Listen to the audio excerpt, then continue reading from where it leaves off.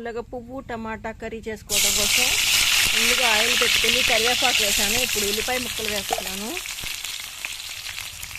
ఈ ఉల్లిపాయలు కొంచెం వేగిన తర్వాత టమాటా కూడా వేసి ఫ్రై చేసుకుంటాను. ఇప్పుడు ఉల్లిపాయలు వేగిన తర్వాత పచ్చిమిర్చి వేసాను.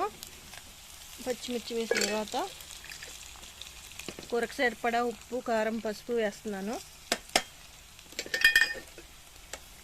ఇలా కొంచెం వేగంగానే టమాటా ముక్కలు కూడా వేస్తున్నాను అనమాట.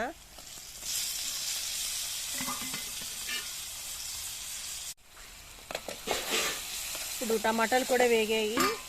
కొత్తిమీర కూడా వేస్తున్నాను.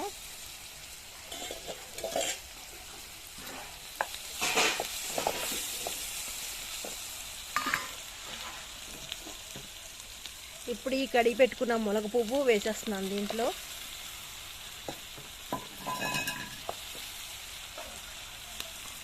వేసిన తర్వాత ఇది కూడా కొంచెం వేగనిచ్చి అప్పుడు వాటర్ పోయాలి.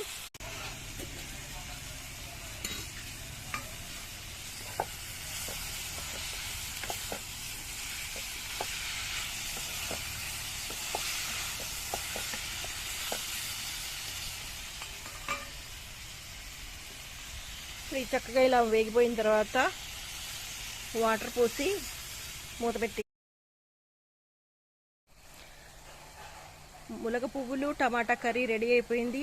టేస్ట్ కూడా చాలా బాగుంటుంది. ఇది హెల్త్కి కూడా ఇది తినడం చాలా మంచిది. ములగ ఆకులో ఏముంటాయో పోషకాలు, ఈ ములగ పువ్వులు కూడా అలాంటివి ఉంటాయన్నమాట.